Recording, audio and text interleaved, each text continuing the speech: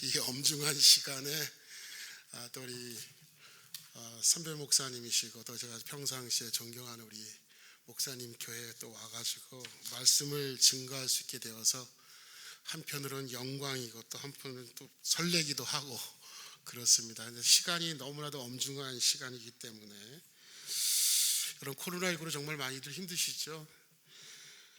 오히려 말씀으로 힘을 삼고 오히려 전화위복의 기회로 만들어가는 지혜와 영적 능력이 발휘되는 여러분이 되기를 소망합니다. 사람들은 복 있는 사람이 다 되고 싶어하는 것 같아요. 혹시 여러분들도 그러신가요? 그럼 복 있는 사람이 되려고 하면 먼저 복 있는 사람이 되는 방법을 좀 알아야 되잖아요, 그죠? 근데 사람들은 복 있는 사람이 되어달라고 기도는 하는 것 같아요. 근데 어떤 것이 진짜 복 있는 사람인지는 조금 잘 모르는 것 같다는 생각이 저는 듭니다. 여러분, 복 있는 사람이 되려면 우리는 어떤 삶을 살아야 하는 걸까요? 오늘 본문을 보면은 이렇게 말하고 있어요. 보는 것을 보는 눈을 가진 사람이 복이 있다.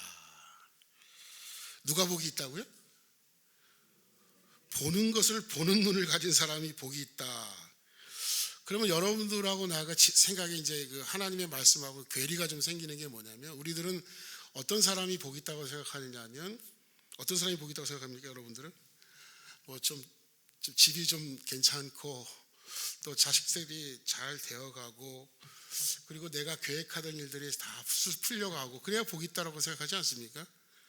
근데 성경은 이상하게도 그런 것을 말하지를 않고 오늘 본문을 보면 뭐라면 눈을 가진 사람이 복이 있다는 거예요. 그것도 무슨 눈이요? 뭘 볼 줄 알아야 된다는 거예요. 그래서 뭐 구슬 하나 놓고 이렇게 뭘 볼 줄 아는 사람을 의미할까요? 성경에서 말하는 보는 것을 보는 눈을 가진 사람은 과연 어떤 사람일까? 이런 궁금하지 않으세요? 성경이 복이 있다라고, 이런 사람이 복이 있다 그러면 내가 복 있는 사람이 되고 싶으면은 그런 사람이 어떤 사람이지? 이렇게 좀 관심을 가져야 그런 사람이 될 건지 안 될 건지가 결정될 거 아니에요, 그죠? 그런데 우리는 복 있는 사람은 되고 싶은데 성경에서 말하는 복 있는 사람이 되고 싶지는 않은 것 같다는 생각이 좀 많이 듭니다. 그래서 뭐라고 얘기하느냐 하면, 많은 선지자들이, 임금들이 너희의 보는 바를 보고자 하였지만 보지 못했다는 거예요. 너희의 듣는 것을 듣기를 원했지만 듣지 못했다는 거예요. 그러니까 이 눈이 왜 이렇게 복 있는 사람이냐면은 임금들보다도 선지자들보다도 훨씬 더 나은 눈이라는 거예요. 여러분, 도대체 무엇을 볼 줄 알면 이 눈이 복 있는 눈일까요? 그럼 이런 질문이 성경에서 자연스럽게 할 수밖에 없지 않겠습니까? 왜? 여러분이 복이 있는 사람이 되고 싶지 않으면은 뭐 이 질문 할 필요가 없는데, 그래도 내가 복 있는 사람이 되고 싶다면 성경에서 이렇게 말하면은 그러면 어떤 사람이 이런 눈을 가진 사람이지? 이런 질문 정도는 하는 게 너무 자연스럽지 않을까요? 여러분, 기도를 많이 하면 복 있는 사람이 될까요? 뭐 안 된다고 하면 목사가 좀 이상하니까 그런데 오늘 본문에서 말하는 바하고는 좀 다른 것 같아요. 오늘 본문은 뭐라고 얘기하느냐 하면, 복 있는 사람이 되려고 하면 복을 달라고 기도하는 사람이 되라는 말이 아니라, 오히려 성경에서 말하는 복 있는 사람이 되면 복 있는 사람이 되는 게 아닐까요? 말이 좀 이상한가요? 여러분 어떠세요? 우리는 복 있는 사람이 되려고 자꾸 하나님에게 복을 달라 그러잖아요. 근데 성경은 어디를 봐도 이런 말은 있어요. 주는 자가 더 복되다. 그렇죠? 그럼 복 있는 사람이 되려면은 주는 사람이 되면 되는 거거든요. 그런데 주는 사람이 되려고 노력은 안 하고 자꾸 복을 달라 그런단 말이죠. 그러다 보니까 자꾸만 성경과 내 삶이 자꾸 괴리가 생기면서 나는 복 있는 사람이 되고 싶다고 말을 하는데 성경에서 말하는 복 있는 사람과는 자꾸만 거리가 멀어지는 거잖아요. 그러니까 세계 종교를 가만히 봐도 다들 복 있는 사람은 어떤 사람이라고 생각하냐면 잘 먹고 잘 살고 오래 살고 건강하고, 그죠? 자식들이 잘 되어가고 그러잖아요, 그죠? 그런 걸 자꾸 복이라고 생각하는데 오늘 본문 말씀은 눈을 가진 사람이 복이 있다는 거예요. 눈을.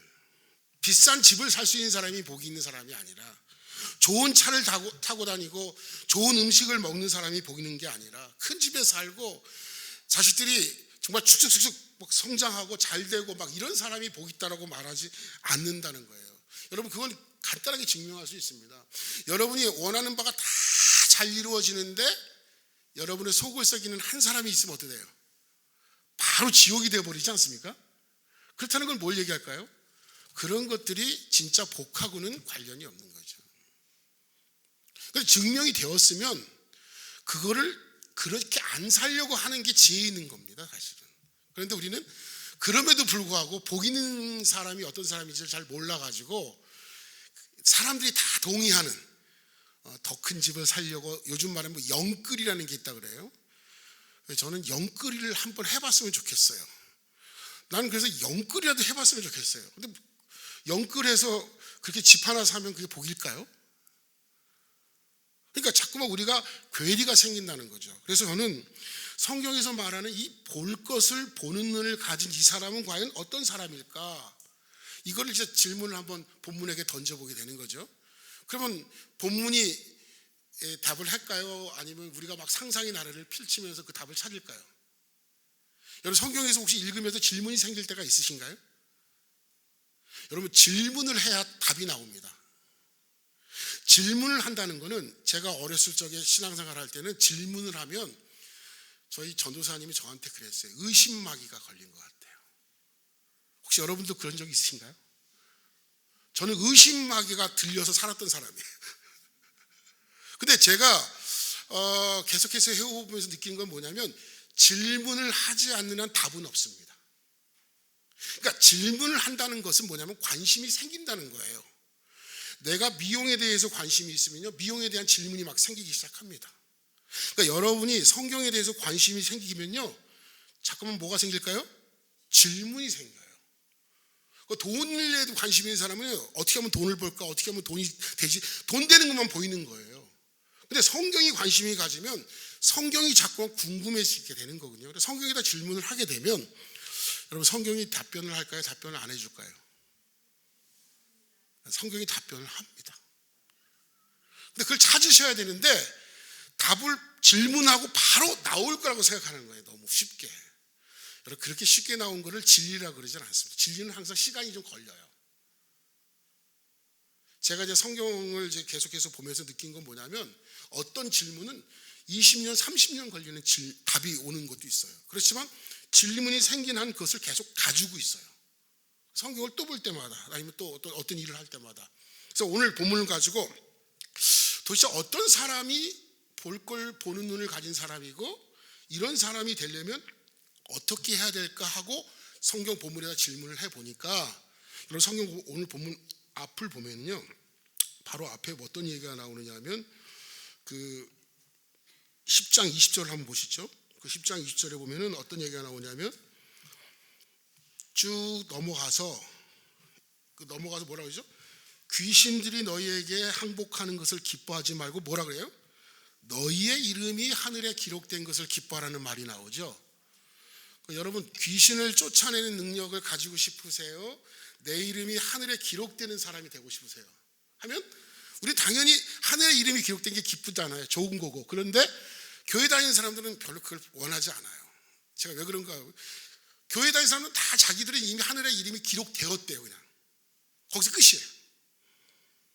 그러니까 이것은 이미 따놓은 당상이니까, 이건 너무나 당연한 거니까, 그리고 귀신을 쫓아내는 능력을 갖고 싶어 한단 말이에요. 근데 성경은 그렇게 얘기하지 않아요. 그것보다 더 소중하고 귀한 게 뭐라고요? 하늘에 이름이 기록된 것이 더 낫다라고 얘기하거든요. 그리고 나서 이 뒷부분을 보게 되면 또 어떤 얘기가 나오느냐면, 이 말씀이 끝나자마자 율법사가 이제 와서 예수님에게 질문을 해요. 25절을 한번 보세요. 어떤 율법사가 예수님께 와서 뭐라고 하죠? 예수를 시험하면서 말하기를, 선생님, 내가 무엇을 하여야 영생을 얻겠습니까? 이런 질문을 던져요. 그러니까 영생에 대한 질문이 이제 시작이 돼요. 그러니까 무슨 얘기냐 하면, 율법사의 이 질문은 사실 어떻게 보면은 조금 변경을 이 율법사의 질문을 좀 변경해서 말한다면, 어떻게 하면은 내 이름이 하늘에 기록이 될 수 있습니까? 라고 하는 질문과 유사하다고 말할 수 있을까요? 여러분 보기에 하늘에 이름이 적히는 것하고 영생을 받는 것하고 다른 것 같아요? 비슷한 것 같으세요? 또 그럼 달리 얘기하면 어떻게 하면 구원을 받을 수 있습니까? 라고 하는 건 뭐 비슷하지 않을까요? 영생을 받는다, 구원을 받는다, 천국에 간다, 하나님 우편에 앉는다, 뭐 다 의미론적으로는 거의 유사한 개념들이잖아요. 그러니까 결국 율법사가 예수님에게 와서 질문을 던지는데 그 질문이 뭐냐면 영생에 관한 질문이에요. 여기에 대해서는 오늘 제가 이제 얘기를 더 길게 하려면 시간이 좀 길어지니까 사실 제가 이 얘기를 하려고 하면 한 서너 시간은 좀 이 부분을 좀 해도 좀 할 수는 있는 거지만은 요거는 살짝 넘어가도록 하겠습니다. 하여튼 영생에 대한 질문을 하는데 결과적으로 그게 뭐냐면 영생과 관련된 이야기를 하는 거예요 지금요. 그러니까 예수님께서는 이 율법사에게 영생을 질문하는 이 율법사에게 그럼 어떻게 말하느냐? 이게 율법사의 질문이 이렇다는 거예요. 어떻게 하면 내가 하늘에 이름이 기록될 수 있습니까? 이렇게 말하는 거란 말이죠. 달리 얘기하면 예수님 어떻게 하면 내가 복 있는 사람이 되겠습니까? 하는 것과 거의 유사한 말이 되는 거예요. 근데 제가 이제 이것은 여러분들에게 증명해 보이면서 여러분들을 설득할 겁니다. 근데 왜 그러냐면 이 말을 율법사가 질문하는데 재미있는 건 이 율법사가 예수님을 궁금해서 질문하는 거예요? 아니면 예수님을 시험하기 위해서요? 시험하기 위해서잖아요. 여러분 이 질문은 사실은요 사람들마다 좀 얘기하는 게 좀 달라서 좀 제가 이 얘기를 좀 끌고 가려면 좀 어려울 수는 있는데 이 질문은요 굉장히 좋은 질문입니다. 사실은 저는 왜 그러냐면 목회를 하다 보면은 사람들이 목사님 제가 어떻게 하면 구원을 받을 수 있을까요? 어떻게 하면 영생을 얻을 수 있을까요? 어떻게 하면 내 이름이 하늘에 기록될 수 있을까요? 이런 진지한 질문을 하는 사람이 생각보다 없어요. 좀 이상하지 않아요? 어떻게 보면 이게 최종적인 질문이고 우리의 관심 아닌가요? 근데 우리는 너무 쉽게 무슨 말씀이십니까? 예수를 믿으면 구원을 받았습니다. 성경에 분명히 과거형으로 받았다고 말합니다. 근데요 제가 이 본문을 연구를 해보니까 그 본문을 받았다 과거형도 아니고요 헬라어에서 말하는 과거형은 우리가 생각하는 과거형하고 좀 달라요. 의미론적으로. 그러니까 시간의 흐름으로 과거라는 뜻이 아니라 이례적이냐 뭐 진행형이냐 이런 얘기를 하는데 그 본문을 보면요 과거형도 아니고 현재형이에요. 받은 것이라고 말을 해요. 그러니까 구원은 현재 진행형이에요. 현재형이에요 항상. 그리고 여러분 우리가 알고 있는 것처럼 성결교의 교리를 가지고 얘기하면 여러분 중생의 교훈을 받으면 그걸 끝나는 건가요? 그렇지 않잖아요. 그죠? 우리 성결교회는 뭘 생각하죠? 성결의 구원이 있잖아요. 그러니까 구원이라고 하는 것을 자꾸 물건처럼 생각하면 안 된다는 거죠. 구원은 기나긴 과정과 같은 거예요. 그러니까 처음 시작하는 구원의 단계가 중생이라고 한다면 그 중생의 구원이 자라는 과정이 성결의 과정이고 그것이 좀 더 자라가서 우리 인간들이 최고로 많이 할 수 있는 구원의 단계가 성화의 구원이 있고 그 다음에 이제 100점은 안 되지만 하나님 앞에 가서 하나님이 100점 인정해 준 영화의 단계의 구원이 있는 거예요. 근데 우리는 자꾸만 중생의 단계에서만 얘기를 한단 말이죠. 그러니까 자꾸 나는 천국에 들어갔습니다. 거기서 머무르잖아요. 그죠? 사실 솔직히 여러분들 좀 우리들 좀 그런 경향이 좀 있지 않아요? 저도 모태신앙부터 지금까지 와가지고 한 번도 교회 밖으로 못 나가봐가지고 지금도 한 번씩 나가볼 생각을 좀 하고 있습니다만은 이럴 때 좀 웃으라고 하는 건데 제 농담은 이런 정도가 제 농담입니다. 근데 영생을 얻으려면 과연 어떻게 해야 될까라고 하는 이 진중한 질문을 율법학자는요 예수님을 시험하는 용도로 사용하고 있다는 거예요. 하여튼 율법학자는 예수님께 구원이 궁금해서 질문하는 것 같지는 않습니다. 자, 그런데 이 질문에 대해서 예수님이 뭐라고 말씀하시냐면 이렇게 말하죠. 성경에는 어떻게 기록되었고 너는 어떻게 읽느냐. 그 본문 뒤에 보면 그렇게 되어 있어요. 그죠? 그런데 그러고 나니까 율법 박사가 거침없이 얘기를 합니다. 역시 율법 학자다워요. 대학자답게 아는 거는 정말 쫙쫙 나가죠. 여러분들 질문하고 나면은 여러분 대답을 딱 하고 내 대답이 맞으면 굉장히 으쓱하잖아요. 율법 학자가 대답이 굉장히 옳은 대답을 해요. 근데 예수님은 절대 그런 말 안 해요. 너는 그렇게 살아라, 그렇게 얘기해요. 그랬더니 이 대답을 듣고는 율법 박사가 뭔가 개운치 않은가 봐요. 그래서 그 두 번째 예수님에게 질문하는 게 뭐죠? 그러면 내 이웃이 누구입니까? 묻습니다. 그런데 이 질문의 의도는 뭐였죠? 내 이웃이 누구입니까? 여러분, 질문이라는 거는 궁금하고 모르니까 묻는 게 질문이잖아요. 근데 이 율법 박사는 항상 배운 사람들의 특징이에요. 시험하려고 질문하고. 율법 박사는 뭐 하려고 지금 또 질문했어요? 자기를 의롭게 보이기 위해서 누가 내 이웃이냐고 질문을 합니다. 자, 이 질문을 받고 나서 예수님께서 그 유명한 무슨 얘기를 할까요? 사마리아 사람 비유를 얘기를 해요. 그러니까 저는 여러분들에게 이제 설명을 하는 거, 여기까지 제가 끌고 오면서 제가 하려고 하면 사마리아 사람 비유 이야기 속에 복 있는 사람이 어떤 사람인가를 극명하게 보여주고 있다는 거예요. 자, 그럼 한번 이런 본문 한번 볼까요? 여러분 한번 그 성경 구절 본문을 한번 보세요. 자, 31절 보면은, 자, 30절부터 볼까요? 어떤 사람이 예루살렘으로 해서 여리고로 내려가다가 강도를 만나며 강도들이 그 옷을 벗기고 때려 거의 죽은 것을 버리고 갔더라. 그 상황에 누가 지나가죠?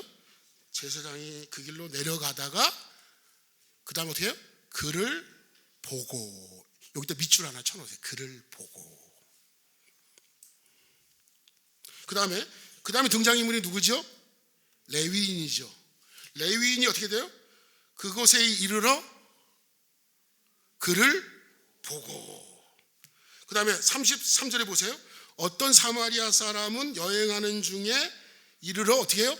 그를 보고. 이 말을 읽으면서 우리가 한 가지 정리해 볼 수 있는 것은 뭐냐면, 세 사람 모두가 뭘 봤죠? 본 사람이라는 거예요. 뭘 봤어요? 이들이 본 게 뭐죠? 강도를 만나서 거반 죽게 된 사람을 본 거예요. 여러분, 길을 가다가 여러분 앞에 이렇게 강도 만나서 거반 죽게 된 사람을 보게 되면 여러분 어떤 생각이 드세요? 예? 구제해야 되겠다, 도와줘야 되겠다, 그런 생각이 들어요? 제 경험을 한번 얘기해 볼게요. 제가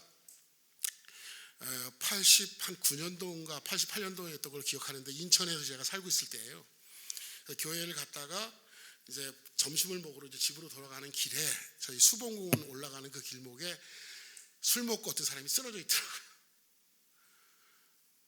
근데 제가 그냥 그걸 지나치다가 이 대목이 생각나서 그분을 이렇게 도와줬어요. 그때는 이제 아직 목사가 안 됐을 전도사였을 때인데, 그 도와주는데 뒷골이 땡겨서 이제 도와줬어요. 그래서 그분이 이제 그 피를 조금 흘리고 있어가지고 제 손수건을 꺼내가지고 그분을 닦아주려고 하는 순간 제 마음속에 어떤 생각이 들었느냐면, 피 묻은 수건을 가져가면 우리 집사람이 좋아할까? 하는 생각이 들더라고요. 이게 내가 전도사가 맞나? 근데 우리 현실이 이렇지 않아요? 사실은 우리가 성경 말씀대로 해보려고 딱 하면 모든 게 술술술 잘 풀리면 다 하잖아요. 그런데 실제적으로 그걸 해보려고 하면 뭔가 걸리는 요소들이 많이 생기잖아요. 그죠? 그래도 내가 그래도 성경을 구절을 알고 있는 사람으로서 안 할 수는 없어서 하면서 제가 질문을 던졌던 적이 있어요. 도와주려고 하는 나는 어떤 사람이고, 수건에 피가 묻힌 거를 가지고 가면 그걸 걱정하는 나는 누구일까? 이런 생각 말입니다. 여러분은 신앙적인 생각이 어떤 거라고 생각하세요? 신앙적인 거. 어떤 욕구가 더 강할까요? 나를 걱정하는 욕구가 더 강할까요? 이 사람을 도와주고 싶은 욕구가 더 강할까요? 도와주고 싶은 욕구가 더 강하시군요. 저는 안 그래요. 저는 믿음이 아직도 그때도 연약하고 지금도 연약해서 저는 안 그렇더라고요. 다시 한번 제가 설명을 하면, 어떤 사람이 물에 빠져서 이렇게 떠내려가고 있어요. 그럴 때 여러분들의 마음속에다 어떤 생각이 들죠? 저 사람을 구해야 되겠다는 생각이 들까요, 안 들까요? 당연히 들죠. 그죠? 우리가 예수 믿는 사람들인데, 그죠? 그거 다 뛰어드시죠? 뛰어들려고 딱 하는 순간 너무 물이 차가울 것 같아. 그죠? 수영은 못해. 내가 저 사람 구하다가 죽으면 어떡해. 별별 생각이 다 드는 거죠. 어떤 욕구가 더 강할까요? 구해야 되겠다는 마음, 내가 저 사람 구하다가 내가 문제가 생길 수 있다는 마음, 어떤 게 더 강할까요? 예? 멋있게 후자라고 들게. 어떤 게요? 구하고 싶은 마음이 더 강해요? 내가 저 사람 구하다가 문제가 생길 게 더 강해요? 아무래도 나를 위한 걱정이 더 강하잖아요. 그래서 어떻게 할까요? 우리 거기서 타협을 적당히 합니다. 그렇게 우리는 지금까지 살아오지 않았나요, 혹시? 근데 성경은 그런 사람을 복이 있다고 말하지 않아요. 어떤 사람이 복이 있다고 그러냐? 물불 가리지 않고 오지랖 넓게 간섭하면서 욕먹고 보따리 내달라고 막 사람들한테 막 요구받는 그런 사람이 오히려 복이 있다 그런다니까요.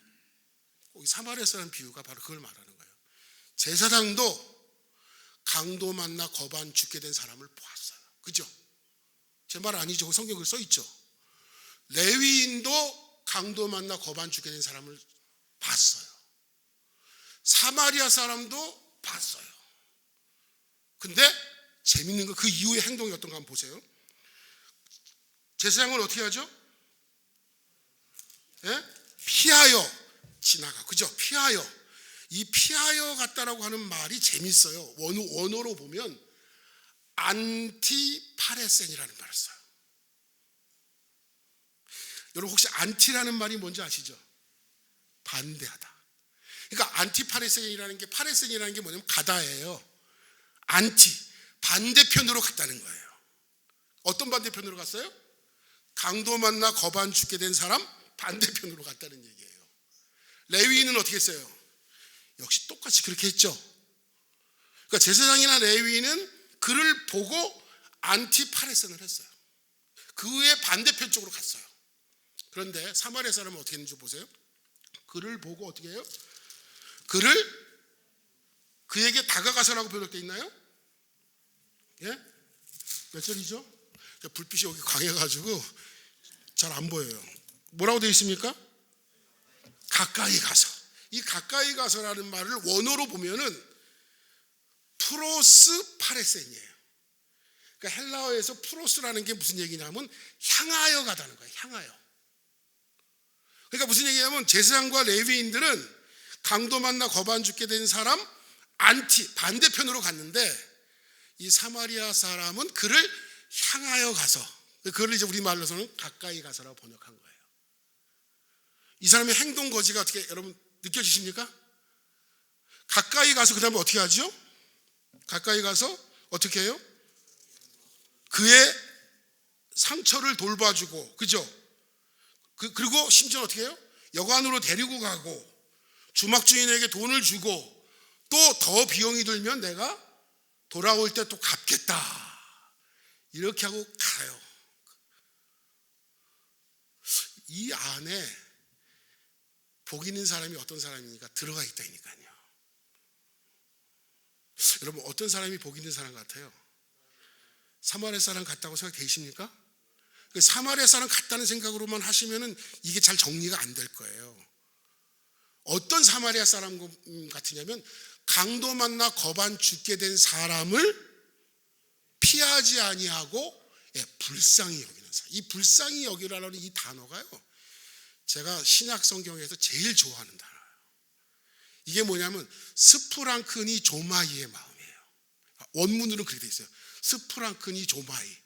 이 스프랑크니 조마이의 마음이 어떤 마음이냐면, 이 스프랑크라고 하는 게 뭐냐면 창자를 가리켜요. 창자.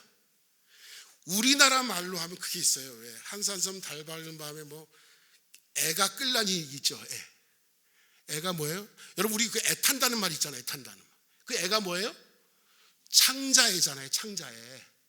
그러니까 창자가 끊어지고 창자가 막 타는 듯한 아픔이에요. 근데 이 단어가 그 창자하고 관련된 단어예요.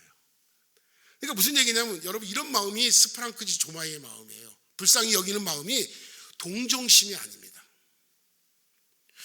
여러분 혹시 그 한문을 좀 아시는 분들은 인이라는 단어 있죠. 어질인. 어진이를 갖다가 조금 네 글자로 공자가 뭐라 풀었죠? 쉬운 건데 측은지심. 그러니까 어진 게 뭐냐 하면 공자는 측은히 여기는 마음. 이 측은히 여긴다는 마음이 달리 말은 뭐예요? 불쌍히 여기는 마음이에요. 그게 인이에요. 인. 그러니까 그래서 인한 마음이 바로 어떻게 보면 기독교에서 말하는 사랑이에요.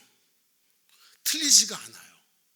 근데 우리가 자꾸 사랑을 사랑 애자라고 생각을 하는데, 한문을 좀 아시는 분들은, 공부를 하시는 분들은 기독교에서 말하는 정신은 인이에요. 인. 불쌍히 여기는 마음. 스프랑크니 조마이의 마음. 그러니까 이 마음이 어떤 마음이냐면요, 여러분 혹시 어머니들, 내가 사랑하는 아들이 엄마하고 뛰어오다가 다리 넘어져가지고 무릎이 깨서 피가 나오면 어떠세요? 이러시죠? 안 그러신가요? 여기는 좀 다른가 보네요. 우리 동네 가면 이렇게 그렇다 그래요. 애가 넘어졌는데 내 여기가 막 그냥 애린 것 같아. 이 마음이 사마리아 사람의 불쌍히 여기는 마음이에요. 동정심이 아닙니다, 여러분. 동정심은 달라요. 자꾸 동정심으로 사랑을 얘기하고 기독교의 정신을 얘기하다 보니까 도와주고 나서 우리가 시험이 들어요. 내가 저는 도와줬는데 제가 날 보고 인사도 안 해? 끊어. 이렇게 되는 거 아니에요? 근데 성경에서 말하는 것은 인한 마음은, 사랑의 마음은 불쌍히 여기는 마음인데, 그 불쌍히 여기는 마음이 뭐냐면 앞에서 그 율법 교사가 말했잖아요. 이웃을 뭐같이? 내 자신과 같이. 이 개역 개정으로 성경이 바뀌면서 제가 제일 잘 되었다고 생각하는 부분이 이 부분이에요. 옛날에 여기를 내 몸같이라고 했거든요. 근데 원어에 보면 몸이라는 단어가 없어요. 자기 몸뚱아리 사랑하는 것처럼 남을 사랑하라는 말로 자꾸만 하는데 아닙니다. 셀프예요. 자기 자신을 사랑하는 것처럼. 어떻게 보면 우리 육신은요, 사랑의 대상이 되어서는 안 돼요. 사실은 육신을 자꾸 사랑하다 보면요, 자꾸 신앙과 멀어집니다. 그죠? 날씨가 추우니까, 또 코로나 걸릴 것이 걱정되니까 어떻게 되죠? 자꾸 염려하게 되잖아요. 그죠? 육신을 걱정하면 그렇게 됩니다. 하여튼 그런데 내 자신을 사랑한 것처럼 어떻게 하라고요? 이웃을 사랑하라고 하는 마음이거든요. 이게 바로 뭐냐면 어진 마음이고 측은히 여기는 마음인데, 바로 이런 마음을 가진 사람을 뭐라 그런다고요? 성경은 복 있는 사람이라고 말하는 거예요. 여러분 어떻게 이런 사람이 되어달라고 기도하면 되어지는가요? 하나님, 오늘 말씀을 들었습니다. 제가 이제부터 어진 사람이 될수록 저에게 어진 마음을 주십시오. 그렇게 기도하면 될까요? 물론 그렇게도 기도해도 괜찮습니다. 근데 그렇게 해가지고 되던가요? 여러분이 오늘 이 이후로부터 어진게 살려고 해야 돼. 어지러지는 거예요. 그러니까 복 있는 사람이 되는 것은 하나님 저에게 복을 주십시오 이런다고 복 있는 사람이 되는 게 아니라는 말이에요. 어떻게 해요? 내가 그렇게 되어가야 된다는 거예요. 내가 그런 사람이 자꾸 근데 간혹 우리 교회에서는 그 착한 행실에 대해서 결국 별거 아닌 것처럼 생각을 하잖아요. 근데 그렇지 않습니다, 여러분. 행위 아닌 게 없습니다, 이 세상에. 여러분, 이 세상에 행위 아닌 게 있나요? 오늘 수요일날 오늘 교회 나갈까 안 나갈까 고민 안 하셨어요 혹시? 코로나19인데 또 비대면으로 드릴 때 좋았는데 이런 생각을 안 하셨어요? 들킨 것 같아요? 뭐 있을 수도, 아니 저는 있어도 안 있어도 괜찮아요. 근데 중요한 건 뭐냐면 그런 나 자신을 내가 보고 있어야 돼요. 그래야 속지 않아요, 여러분, 사탄에게. 다른 사람은 여러분들을 신앙이 좋다고, 다른 사람은 여러분을 대단하다고 말을 해도 여러분만은 여러분의 진짜 모습을 보고 있어야 된다니까요. 나만큼은. 저는 목사이지만 제가 그래도 목사 된 지가 제법 됐어요. 연식이 저도 돼가지고. 우리 목사님보다는 제가 후배예요. 많이 차이 나는 건 아니고요. 저도 79학번이거든요. 그러니까 연식이 좀 됐거든요. 근데 지금까지 살아오면서도 제가 기도한다고 잘 되는 것 같지는 않더라고요. 이건요, 여러분이 삶 속에서 부단히 연습해야 돼요. 연습하지 않고 되는 게 아니에요. 그러니까 무슨 얘기냐 하면, 저는 그동안에 길거리 나가다가 이렇게 강도 만나 거반 죽게 된 사람 만나면 오늘 되게 재수가 없네. 사람들 앞에서 말을 그렇게 안 하지만 내 속으로는. 여러분 혹시 그런 적 있어요? 혹시 누가 힘든 사람을 만나게 되면 마음이 저기서 애려옵니까? 그 애려오는 마음을 가진 사람이 정말 좋은 사람이에요. 소위 말해서 뭐라 그러죠? 막 간섭 많이 하고 오지랖이 넓고, 저는 오지랖이 좀 넓었으면 좋겠어요. 손해 보는 일만 그렇게 하는 사람들. 그게 성경에서 말하는 복 있는 사람의 조건이에요, 사실은요. 그러니까 볼 걸 보는 눈이 뭐냐면, 강도 만나 거반 죽게 된 사람을 피해서 갈 존재로 보지 아니하고 다가가서 상처를 싸매고 그의 필요를 제공해주고 그를 데리고 가서 주막까지 데리고 가고 또 부비가 더 들면 들겠다고 하는 이 모든 과정이 바로 뭐예요? 볼 걸 보는 눈을 가진 사람의 마음이라는 거예요. 이런 사람이 복 있다고 하는데 여러분 의견이 있으세요? 정말 그렇죠. 야, 우리가 알고 있는 성경이 이렇게 대단한 거 여러분 아셨어요?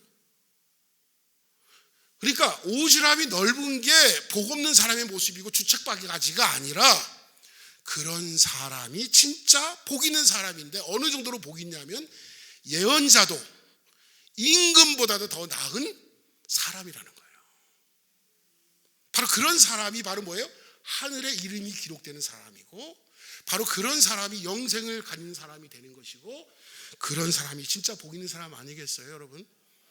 그래서 저는 여러분들이 좀 좋은 집을 갖고 자식들이 속을 안 새기고 그런 거 너무 부러워하지 않았으면 좋겠어요. 그리고 교회에서는 자꾸 그걸 가지고 우열을 좀 안 가렸으면 좋겠어. 제가 지금까지 학교 다니고 오면서부터 제가 속상한 건 뭐냐면, 교회 열심히 다니고 학교 조금 안 좋은 데 가면 교회 와서도 구박을 당해.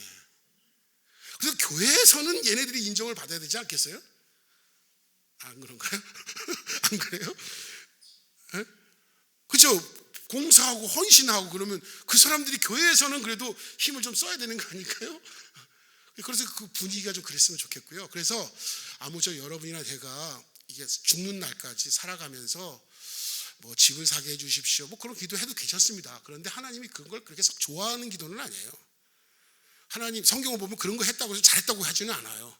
어떤 분은 그렇게 얘기하시더라고요. 돈 많이 벌게 하지 말고 11조 많이 해달라고 기도하라고 이렇게 얘기해요. 저는 그 소리가 그 소리인데, 저한테는. 그럼 솔직히 여러분 솔직하게 해주세요. 그 마음과 그 마음이 달라요? 근데 왜 그게 다르다고 얘기하냐 모르겠어요. 그게 아니라 진짜는 뭐라고요? 내 주변에서 신음하면서 쓰러지면서 어려우면서 힘들어하는 사람을 지나치지 않고 오지랖 넓게 가가지고 물어보고 질문하고, 그죠? 그래서 그게 필요가 무엇인지를 자꾸만 채워주려고 하는 사람이 바로 스프랑크니의 조마음, 측은히 여기는 마음, 불쌍히 여기는 마음, 긍휼히 여기는 마음, 그게 바로 뭐예요? 그게 자비의 마음이고, 그걸 히브리어 말하면 헤세드의 하나님이에요. 헤세드의 마음이에요. 인한 마음. 그 아버지가 자비한 것 같이 너희도 자비하라고 한 마음이 바로 이 마음을 가지게 되는 거예요. 여러분, 하나님께서 여러분과 나를 사랑하실 때 말 안 들어도 그때 즉각에서 벌 안 줬잖아요, 그죠? 만약에 하나님이 말 안 들은 대로 여러분에게 다 갚아줬으면 저와 여러분은 살아남을 수가 아마 없었을걸요, 그죠?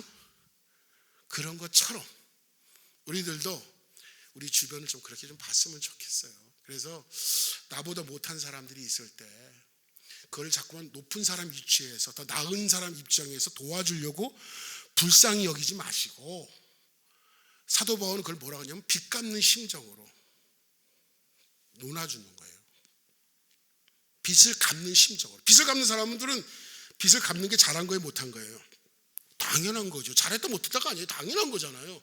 그러니까 우리 기독교인들이 해야 될 그런 그 불쌍히 여기는 이 마음은 바로 그런 마음을 가지고 접근할 때 복 있는 사람이 될까요, 안 될까요? 분명히 되는 거고, 그렇게 살아가면 하나님이 그래, 네가 정말 내가 마음에 든다 이렇게 하지 않을까요? 하나님은 업적 실적을 가지고 사람을 마음에 든다 안 든다 하지 않아요. 업적 실적이 아니에요. 여러분의 그 마음 상태가, 여러분의 영적인 상태가 바로 이 사마리아 사람처럼 강도 만나 거반 죽게 된 사람을 피할 존재로 보지 아니하고 다가가서 도와줄 존재로 바라보는 그 마음을 갖는 것이 복 있는 사람 되는 가장 지름길이다. 그래서 아마 저리 앞으로 이런 일이 보일 때 제 설교가 가끔 생각이 나가지고 피하려고 하다가도, 저도 성경 말씀에 있어서 그렇게 했잖아요. 그렇게 해 가다 보면은 나도 이게 익숙해져요. 한 번, 두 번 하다 보면. 그렇게 해서 여러분과 내가 모두가 복 있는 사람이 되어서 영생은 물론, 구원은 물론 하늘에 이름이 적히는 그런 복된 인생이 되기를 주님의 이름으로 축복합니다. 기도하겠습니다. 하나님, 복이라고 하는 것은 하나님에게 달래서 얻을 수 있는 게 아니라 하나님이 정해놓으신 그 복 있는 사람의 법칙을 우리가 기억하고 그렇게 살아가면 우리는 복 있는 사람이 되는 것은 너무나 당연한 이치가 아닐까요? 오늘 말씀이 우리에게 가르쳐 준 것처럼 아무리 제사장이고 아무리 레위인이면 뭐 하겠습니까? 강도 만나 거반 죽게 된 사람을 피할 존재로 보고 지나간 사람이라면 오늘 우리가 그런 사람이 안 되었으면 좋겠습니다. 비록 그 당시에 멸시천대를 받았고 사람 취급을 받지 못했던 사마리아 사람이었지만 그는 강도 만나 거반 죽게 된 사람을 보고 그를 향하여 나아갔고 그의 상처를 싸맸고 그의 피로를 제공했을 뿐만이 아니라 돌아와서 더 드는 비용이 있다면 내가 더 갚겠노라고까지 했던 그 모습들을 기억하면서 우리도 이 사마리아 사람과 같이 치근히 여기는 마음, 불쌍히 여기는 마음, 스프랑크니 조마이의 마음으로 하루하루를 살아감으로 우리 예수님이 살아갔던 그 십자가의 삶을 그나마 조금이라도 따라갈 수 있는 저희 모두가 되어줄 수 있도록 축복하여 주옵소서. 예수님의 이름으로 기도 올렸사옵나이다. 아멘.